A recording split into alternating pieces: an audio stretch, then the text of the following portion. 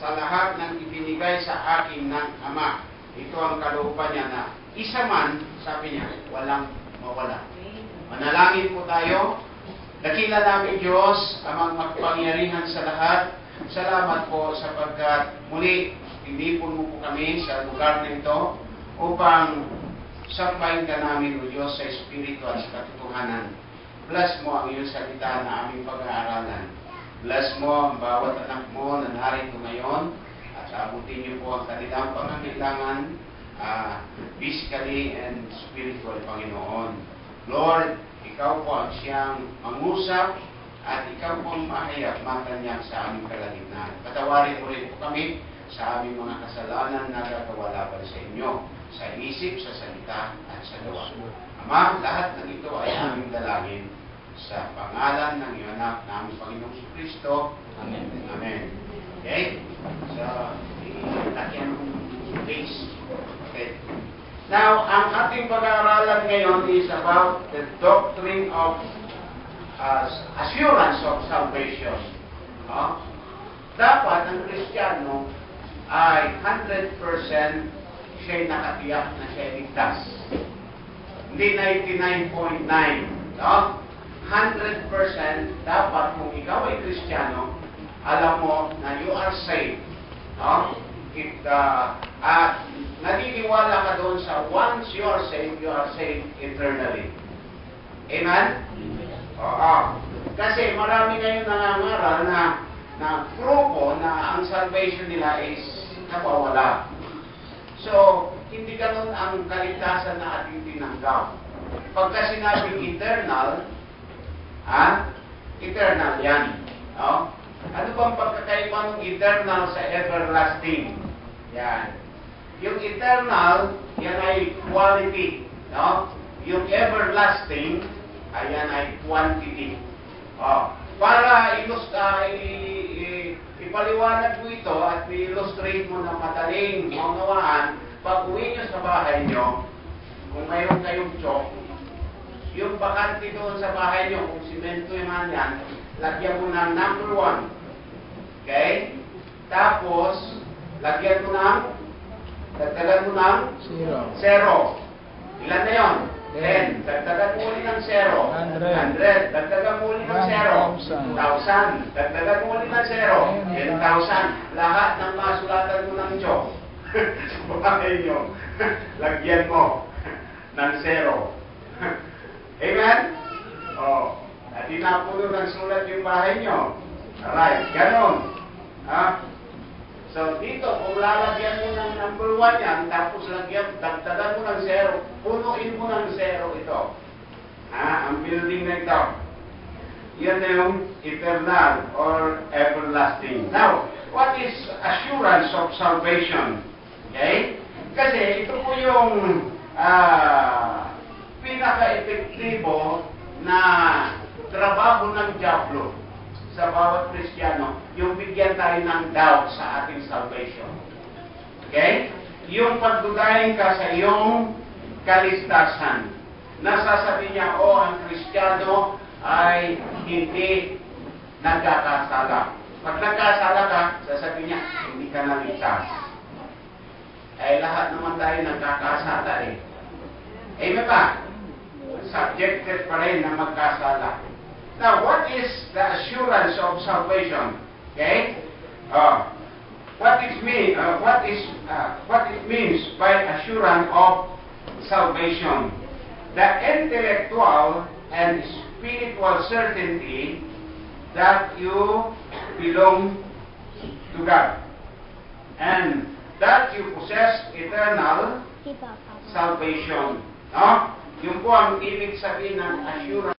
The intellectual and spiritual certainty that you belong to God, that you possess eternal salvation. Okay? Now, the very nature of our salvation is clearly indicated that it is an eternal transaction.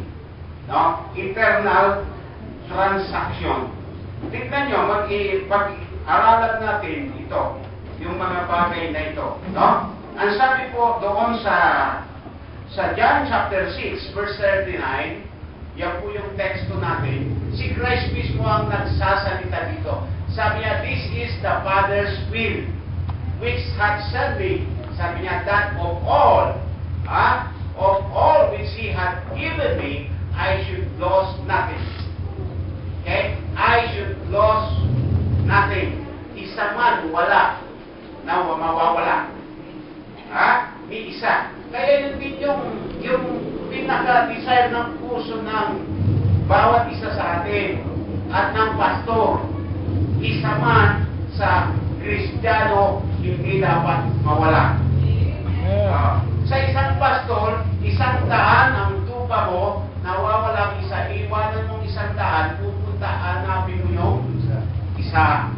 Okay? Now, sabi niya, of all that which He hath given me, I should lose nothing. May isa. Kahit doon sa kaliglitan, dapat hindi mawala. Amen?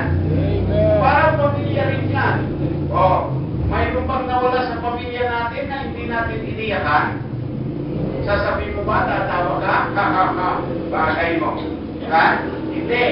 Iiyakan natin pag nawawala. May nawala sa pamilya. Ganon din, sa member ng church, ay hindi dapat ni isa man wag mawala. Amen. Welcome back, Sister Wilma. Right? Nandito rin si Mimi. Yan, naalala nyo kami balikan. Okay. Ako rin galing sa Singapore. Nararating ko rin. Alright, sa mga kapatid na minamahal, ang ating topic is back to basic po tayo. Assurance of salvation.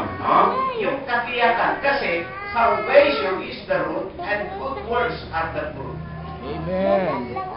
But, sad to say na marami pong maling doktrina na ang kanilang doktrina ay gumawa ka ng mabuti para ka maligtas at makatiyak ng kaligtasan.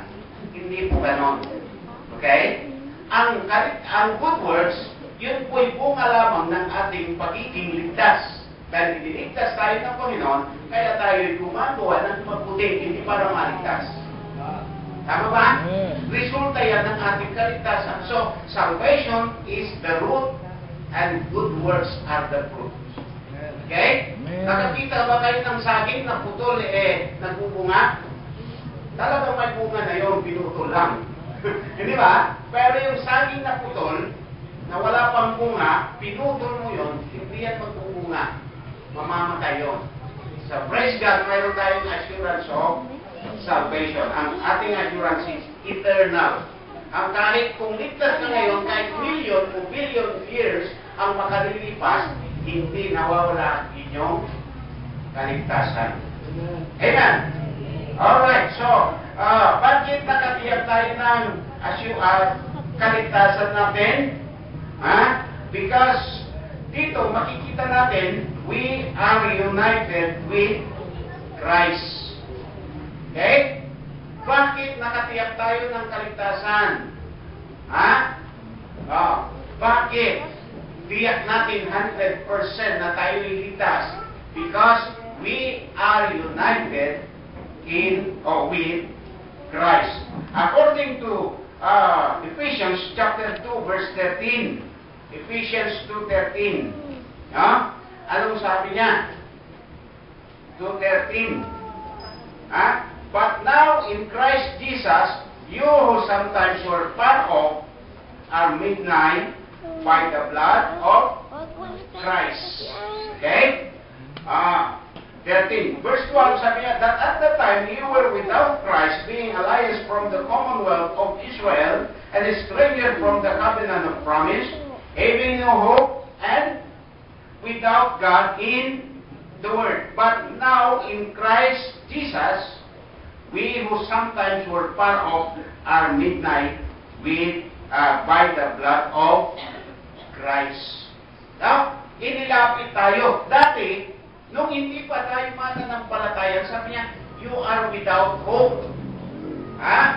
sabi niya, at that time ye were without Christ. Nung wala ka pang Kristo, hindi ka kabilang sa bansa ng Israel, dayuhan ka, hindi ka kasama sa tipan ng pangako, hindi ka kasama sa tipan ng pangako, at wala kang pag-asa, having no hope, and without God in the world. Wala kang Diyos. But now, nung tinanggap mo si Christ as your personal Lord and Savior, ikaw ay naligtas because of the blood of Christ. Amen. Amen? Oo. Eh kung nanatilig ka doon sa kalagayan mo at namatay ka, ang sabi sa John chapter 3 verse 36, ang buot ng Diyos nananatili sa iyo. Mahirap yata yun. Na nakamatayan mo na ang buot ng Diyos nasa iyo. Sa John chapter 3 verse 36. Okay? Tingnan nyo John 3:36. Makikita natin dyan. Okay? Sabi niya, he that believeth on the Son hath what? Everlasting life. And he that believeth not the Son shall not see life, but the wrath of God abideth in him. Ang hindi raw sumampalataya kay Kristo, hindi niya makikita ang buhay, kundi ang buot ng Diyos na nananatili sa Kanya. Kawawa yung isang tao na namatay, na nakamatayan niya, na ang buot ng Diyos dala-dala niya. Pagkamatay ng tao na yon, dadalhin siya sa impyerno. Walang hanggang pagdurusa.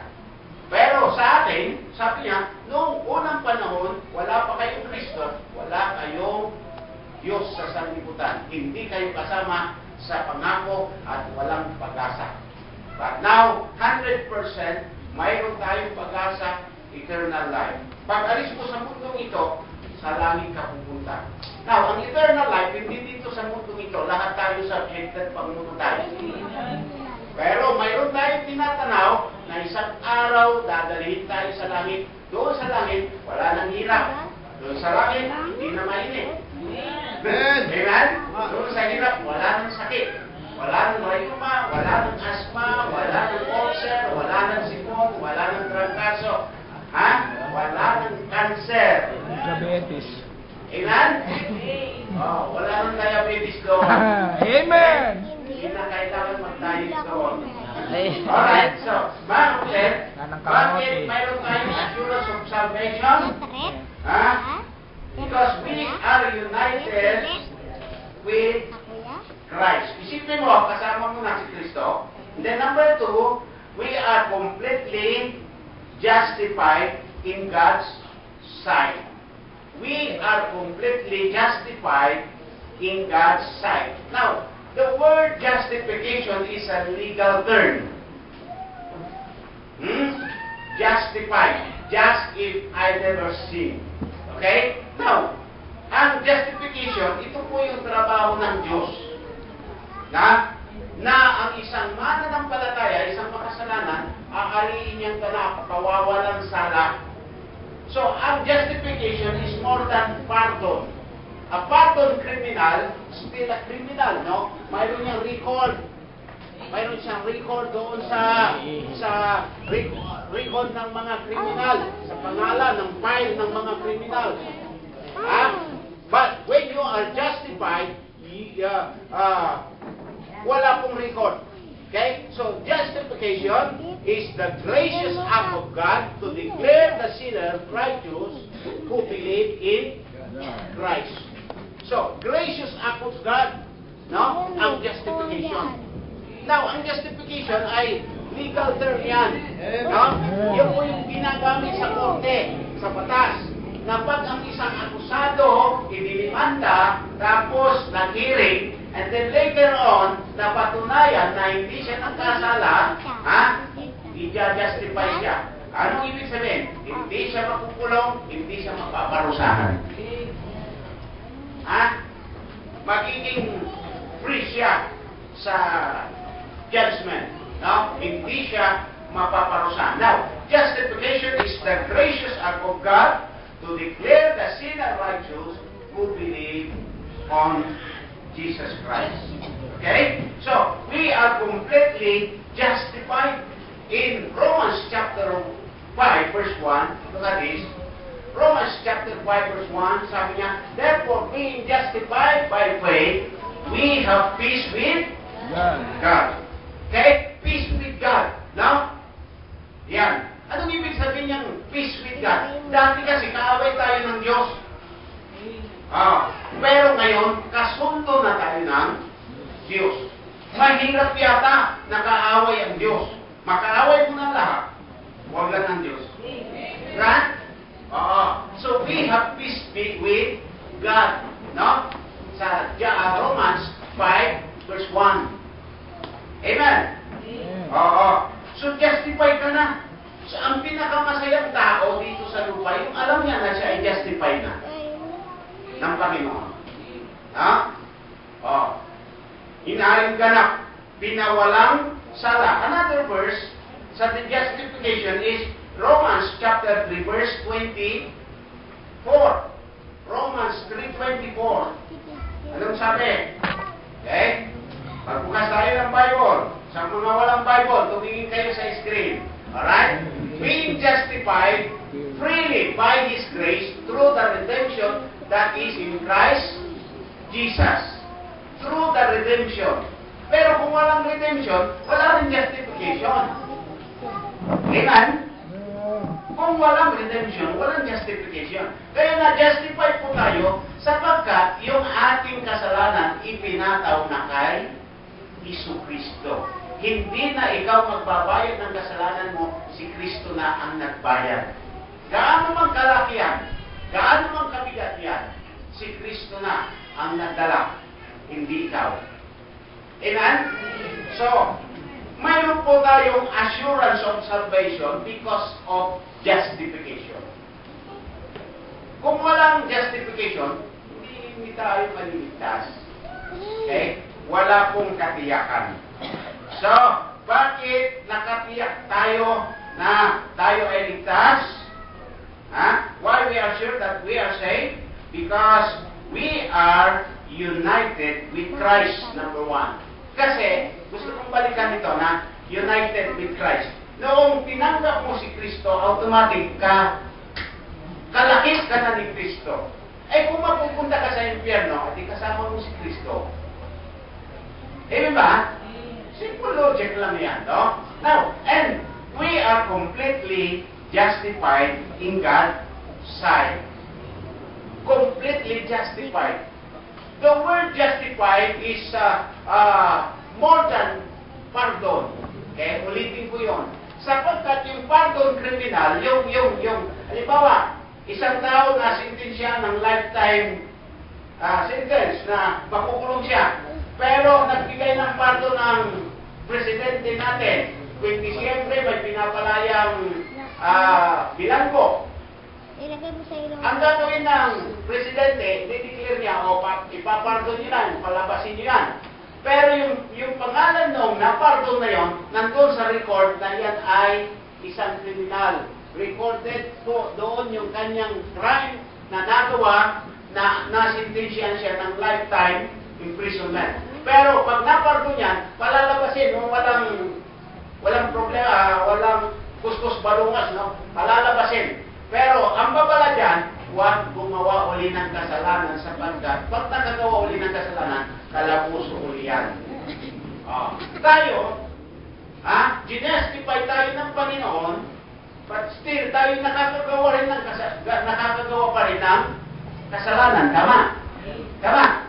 Pero hindi po libre yun. Kung justify na pala ako hindi magluko na lang ako. Hindi ko ganun.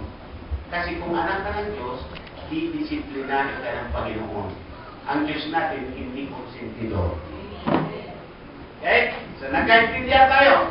So, yung justified na tao, 100% yan, ligtas. May buhay na walang hanggan. And number 3, mga kapatid, we are indwelled by the Holy Spirit.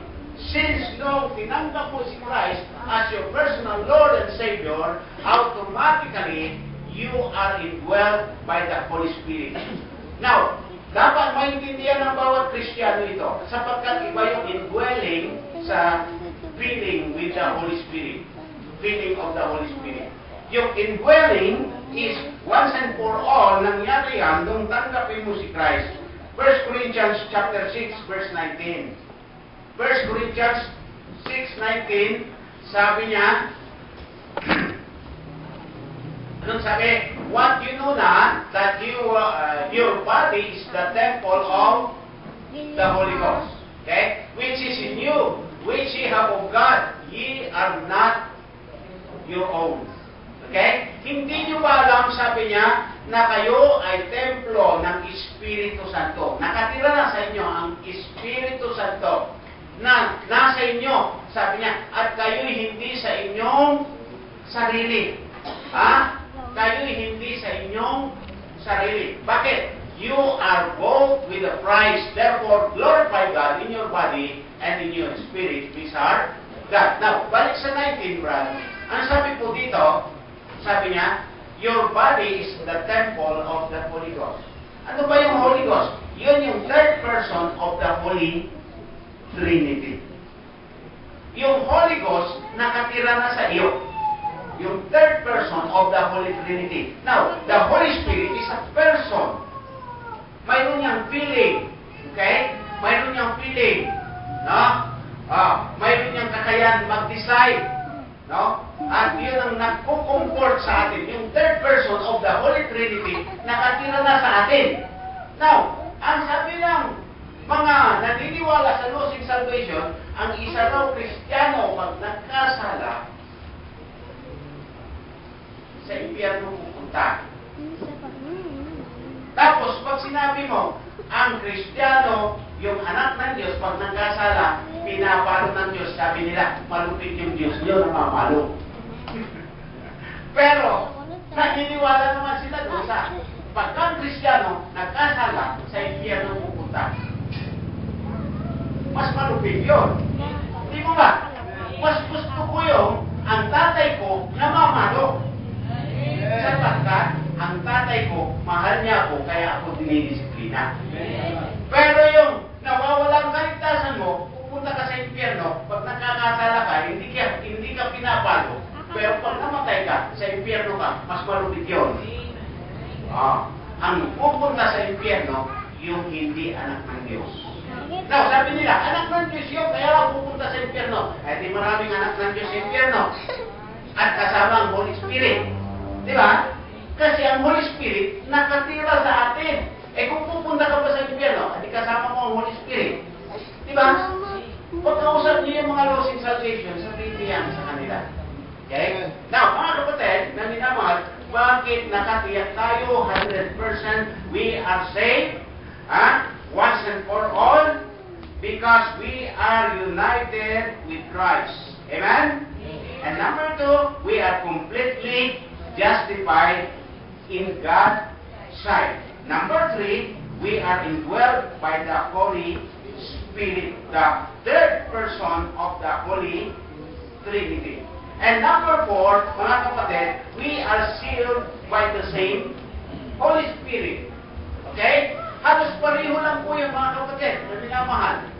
Magkaiba lang yung term na ginamit. Number 1 is, we are indwelt. Now, ulitin ko po, yung indwelling at saka yung sealing of the Holy Spirit is once and for all yan nangyayari sa tao, sa Kristiyano. Once na tinanggap mo si Christ as your personal Lord and Savior, you are sealed with the Holy Spirit of promise. And you are indwelt by the Holy Spirit. Okay? Yung feeling of the Holy Spirit, yung kapuspusan, kasi minsan ang Kristiyano, karnal, minsan spiritual. So yung magiging pagiging spiritual, mga kapatid, reputation yun. Yung feeling of the Holy Spirit. Okay? Hindi lahat ng panahon, puspos ka. Tama ba? Eh, pastor, kayo ba? Okay, ibalik niyo sa akin yan. Sasabihin ko sa inyo, hindi lahat ng panahon, puspos ako ng Espiritu Santo. Pero ang desire ko, araw-araw dapat puspos ako ng Espiritu Santo. Amen?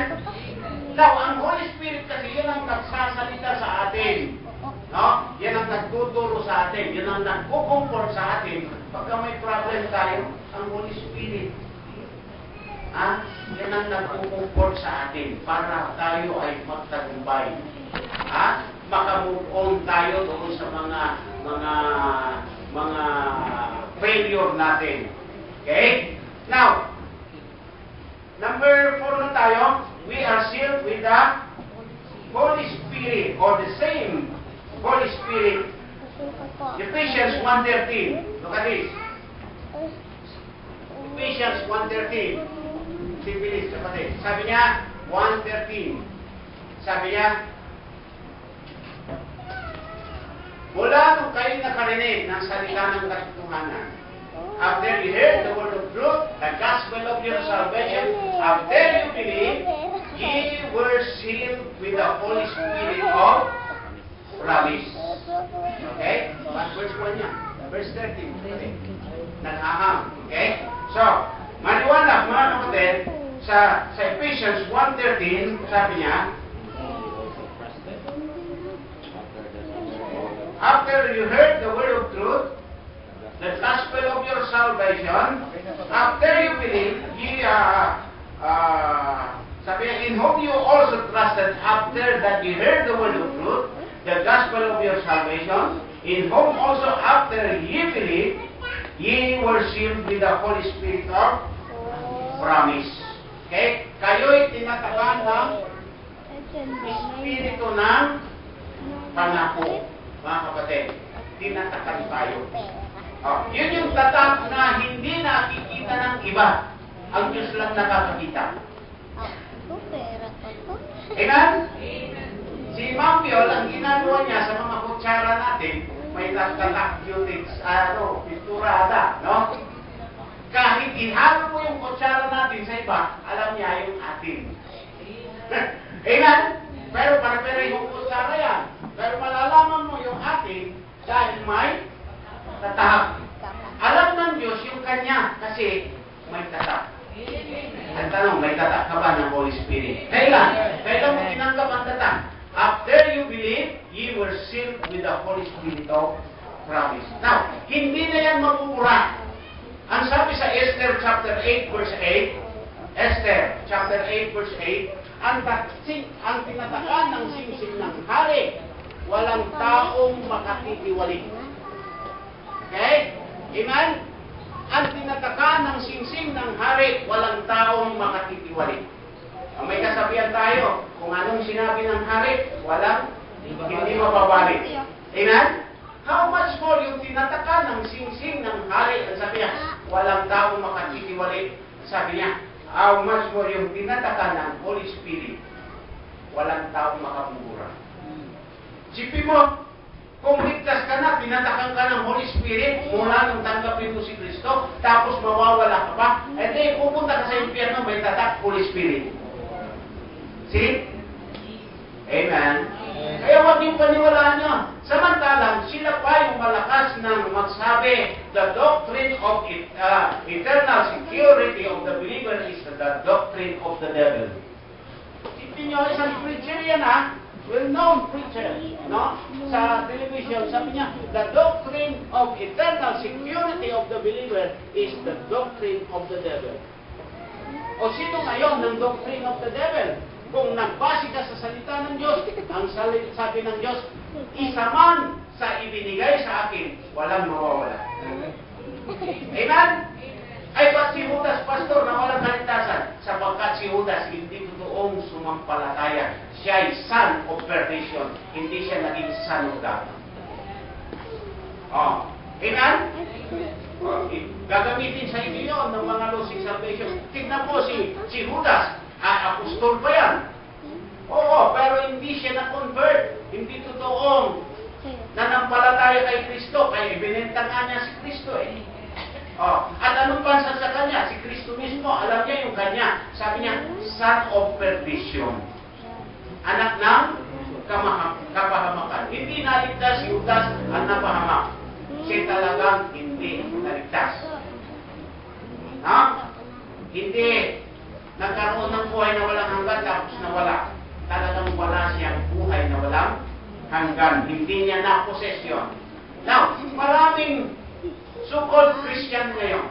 Natanungin mo, are you a Christian? Yes. Of course. What do you think of it? Ha? Muslim? Pero, tanungin mo, are you saved? Hindi ko alam yun. Pagka sinabing Christian, ito yung born again. Born from above. Okay? Born of the Spirit. Yun, possessor of eternal life. Kaya Christian eh. Yan. Maraming Christian ngayon na hindi totoo. Tama ba? Amen.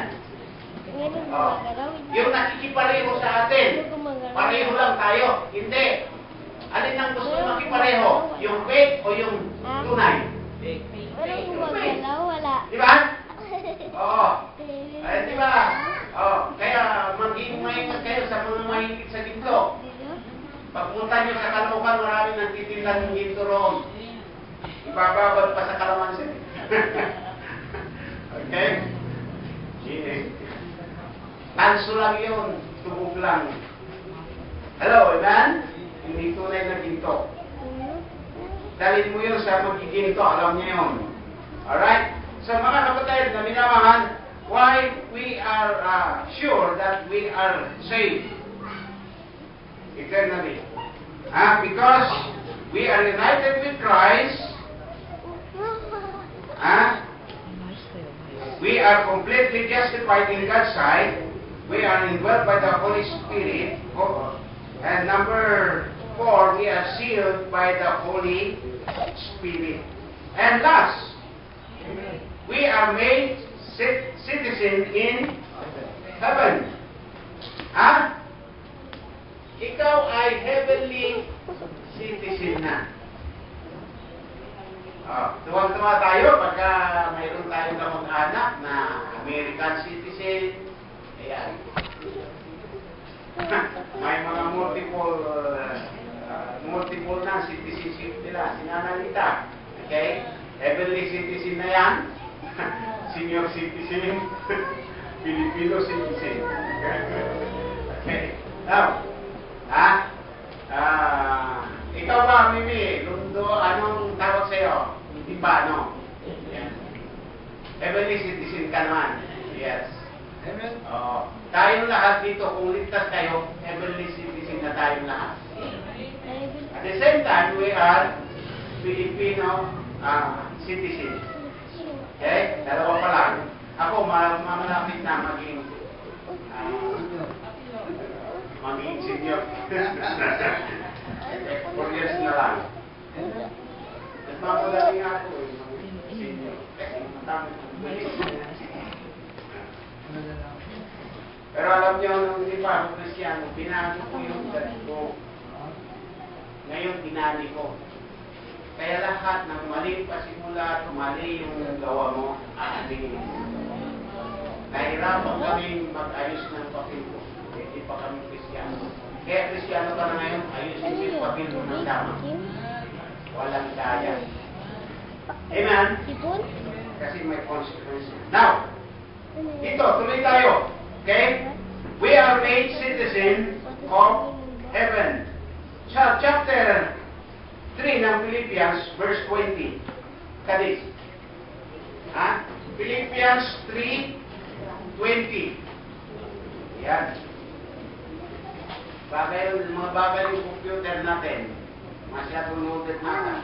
Okay? For our conversation. Now, the word conversation, in other words, citizenship.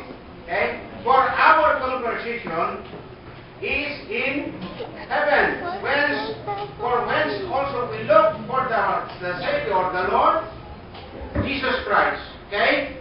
Who shall change our body, that it may fashion like unto His glorious body, according to the working thereby, He is able even to subdue all things unto Himself. Okay? For our citizenship is in heaven.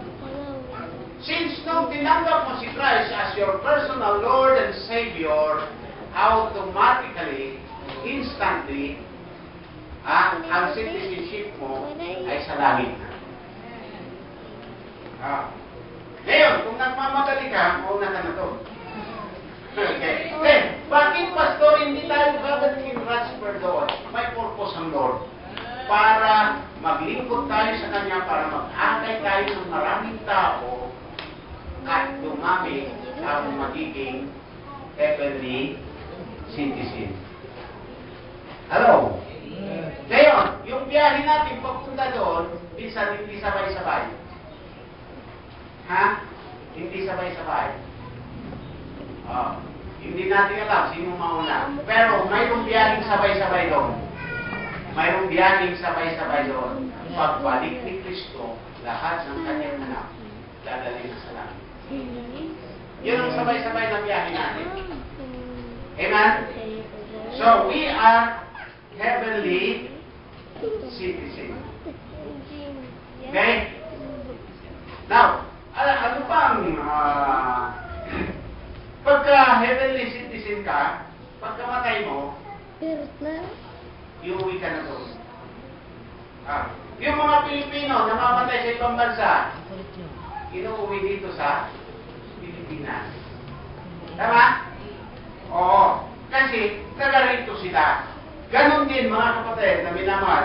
Pag namatay tayo, iuwi tayo sa langit. Kasi tagaroon tayo. Yung body natin, pansamantala sa bibingan. Pero pagbalik ni Kristo, sabay-sabay tayong kukunin. Sapagkat, sabi ni Kristo, sa John chapter 14, verse 1 to 3, sabi niya, huwag magulumihanan ang inyong puso. Manalig kayo sa Diyos, manalig din kayo sa akin. Sa bahay ng ating Ama, maraming tirahan. Maraming maisyon. Kaya ako'y alis para ipaghanda ko kayo ng tirahan, sabi niya. Pagka handa ko ng tirahan sa inyo, ako'y muling babalik upang kung saan ako naroon, kayo rin ay dumuon. Amen? Kailan mangyayari yan, mga kapatid? Sa rapture. Sa 1 Thessalonians chapter 4, kapatid. 1 Thessalonians chapter 4, verse 16. Sapagkat ang Panginoon mismo bababa mula sa langit na may sigaw ng tinig ng arkanghel at may tunog ng pangakag ng Diyos at ang mga patay kay Kristo ay unang bubuhayin. Sa yung mga natitirang buhay, sabi niya, ay aagawin kasama nila sa alapaap upang salubungin ng Panginoon sa hangin at sa gayon sa Panginoon tayo. Kaya, mag-aliwag kayo sa mga bagay na ito sa salita. Amen? Irarapture tayo. Right? Because we are a heavenly citizen. Hindi tayo taga rito.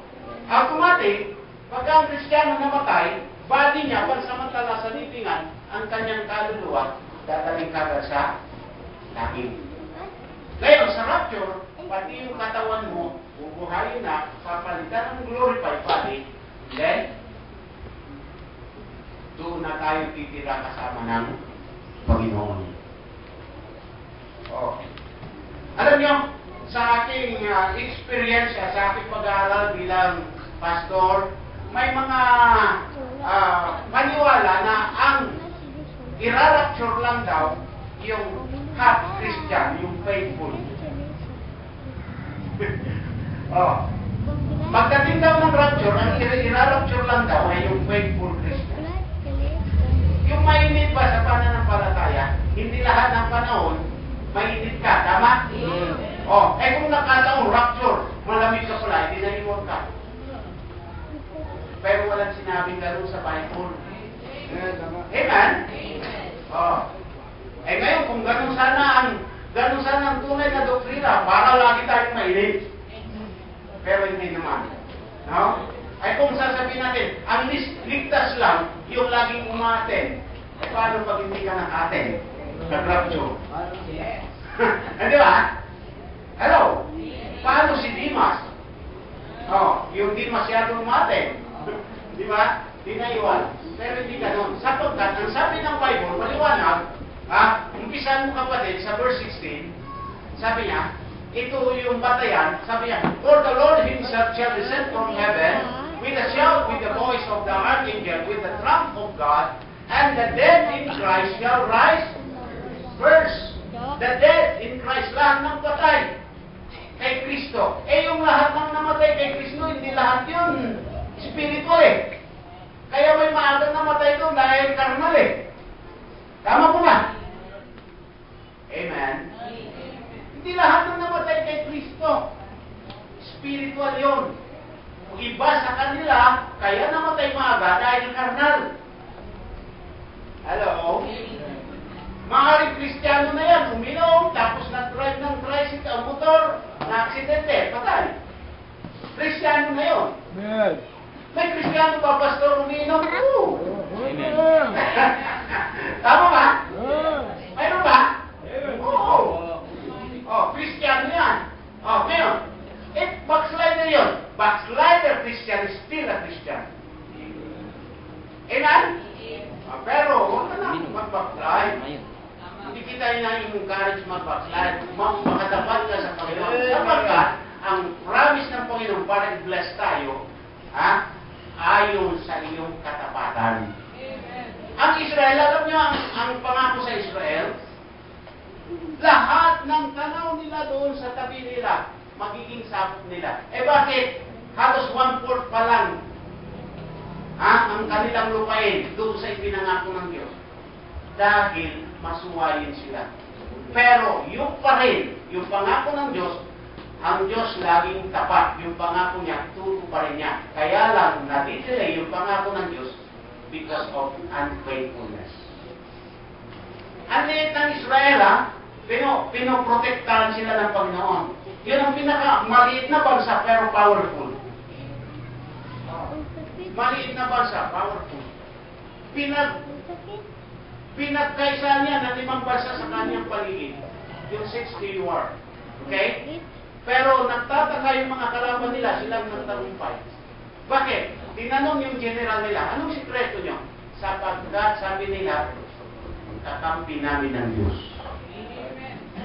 From the beginning, sa aming amang si Abraham, pinangako ng Diyos yan. The more na gusto silang i-capture, the more na lalong lumalaki sila. At powerful ang Israel sapagkat yan ang bayan ng Diyos. Parang eyeball ng Panginoon niya na huwag mong kantiin niya. Kailan lang, napagkwentuhan namin, nagkaroon ng war sa Middle East. Talagang nakatutok na yung missiles ng ibang bansa. At ilang segundo, minuto na lang, tutubukin na ang Israel. Nagtataka sila, biglang parang hinihit ng hangin, lumihis yung missile. Nagtataka sila. Kaya magkaraw, tinitira nila ang Israel, nangingilabog sila. Nangingilabog sila. Sapagkat may hiwaga na nangyayari. Anong hiwaga yun? Kung hindi mo alam, hiwaga yun. Pero sa atin, hayag na ang Israel, bayan ng Diyos, at pinagtatanggol niya. Ngayon, anong sabi sa Ephesians chapter 2, verse 12? Ephesians, bago tayo magwakas, mga kapatid. 2:12, sabi niya, that at the time, nung unang panahon, you were without Christ. Wala kayong Kristo. Hindi kayo kabilang sa bansang Israel, being alliance from the commonwealth of Israel, and a stranger from the covenant of promise. Hindi kayo kasama sa pangako, at walang pag-asa. Sabi niya, having no hope, and without God in the world. But now, sabi ni Paul, but now in Christ Jesus, who sometimes you were part of, are midnight by the blood of Christ. Praise God, nagkaroon tayo ng relationship sa Panginoon. That's why mayroon tayong eternal security. Amen. Eternal salvation. Hindi temporal. Ngayon, bibigyan ko kayo ng tatlong reason why a saved person can never be lost. Bukod dito sa ating napag-aralan natin, itong mga points natin, number 1 reason, because of the one who came. Because of the one who came. John chapter 10, verse 29. John 10:29. Anong sabi ni Christ? Okay? My Father which gives me is greater than All. greater than all, and no man is able to pluck them of my Father's hand. No man is able, kahit sino, kahit si Satanas, hindi ka kayang agawin kay sa God the Father. Because of the one who came. And number 2, because of the kind of life given. What kind of life? 28. I give unto them what? Eternal. Hindi sinabi temporal. Kung eternal, hindi nawawala. Oh, I give unto them eternal life. Because of the kind of life given. What kind of life? Eternal, not temporal. Okay? And thirdly, because of the warranty given. O guarantee. Anong garantiya? Ephesians chapter 4 verse 30. Kapatid. Ephesians 4:30. Guarantee. Sabi niya, grieve not the Holy Spirit of God. Ano yung Holy Spirit of God? Third person of the Holy Trinity. Whereby ye are sealed unto the day of Redemption. garantiya. Garantiya na hindi yan nawawala hanggang sa tayo kunin dito sa mundo nito. Oh. Ano yung day of redemption? Redemption of our body ang tinutukoy dyan. No? Kasi ang ligtas pa lang sa atin ngayon, ang soul natin, kaluluwa. Pero yung body natin, hindi pa ligtas. Subjected pa rin magkasakit ito. Subjected pa rin mamatay ito. Subjected pa rin gutumin ito. Subjected pa rin ma-aksidente, magkasakit. Lahat. Hello? Amen. Di ba? O kaya ko din sabihin, ang baptist hindi mamamatay. Kasi subjected pa rin tayo dito. Amen? Oh, marami naman pastor na matay. Pero ang katiyakan, sila ay may buhay na walang hanggan. Tayo, mamamatay din tayo. May namamatay din, may nagkakasakit. May yung kapatid na natin, ewan ko kung nakalabas na. Pray natin, si Nanay Biring. No? Labas na. Okay? Kalabas na, nasa bahay na. Maraming God. Oh, si sister may sakit. Pero gumaganda ng praise God, kasama ka sa prayer namin. Walang positive sa Diyos. Amen. Amen? Oh, pag gumaling ka lubusan, sama ka sa choir. Praise God. Bigtas ka na ba? 100%. Amen. Praise the Lord. Amen? Oo. Now, mayroon pa kayong tanong? Apo. Wala? Salamat po. Okay, tayo lahat ay tumayo. Sa mga, nalilate, sikapin nyo, ang kapatid. Ang the biggest room of improvement, the word. The biggest room. There is always room for improvement. Basta willing.